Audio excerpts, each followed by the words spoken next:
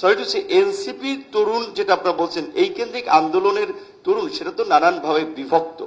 এই তরুণদের দিয়ে আপাতত বাংলাদেশের আগামী রাজনীতি মোকাবেলা করা যাচ্ছে না, কারণ এরা অলরেডি করাপশন কিংবা পুরানো নতুন বন্দোবস্তের কথা বললেও পুরানো বন্দোবস্তের সাথে ইউজ টু, কারণ তারা দল গঠন করার জন্য খুঁজেছে আওয়ামী লীগের মিডিয়াম সারির লোককে, পয়সা আছে, গত নির্বাচনে মনোনয়ন পায় নাই, জাতীয় পার্টি থেকে রাজনীতি করছে, পয়সা ইনকাম করছে, এখন রেস্টে আছে, এদেরকে খুঁজে দল বানাই দিয়েছে। এইভাবে একটা আদর্শিক দল হয় না।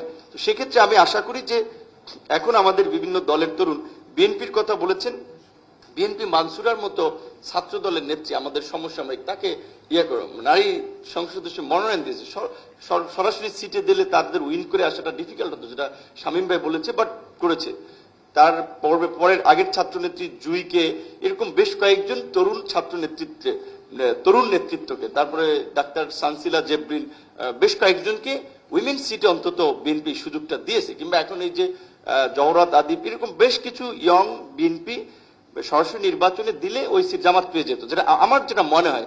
বাট বিএনপি কে বলা হচ্ছে যে বিএনপি নারীদেরকে স্পেস দেয় নাই, এটা দেয় নাই, সংসদ সদস্য করে নাই তরুণদেরকে। বিএনপি অনেক জায়গায় তরুণদেরকে এম্পাওয়ার করতেছে। এই ক্যাবিনেটের জায়গাও ক্যাবিনেটের অনেক সদস্য বিগত ক্যাবিনেটের যে তরুণ আছেন অনেকেই, সেই জায়গা থেকে সরকার আমি মনে করি যে তার জায়গা থেকে চেষ্টা করতেছে।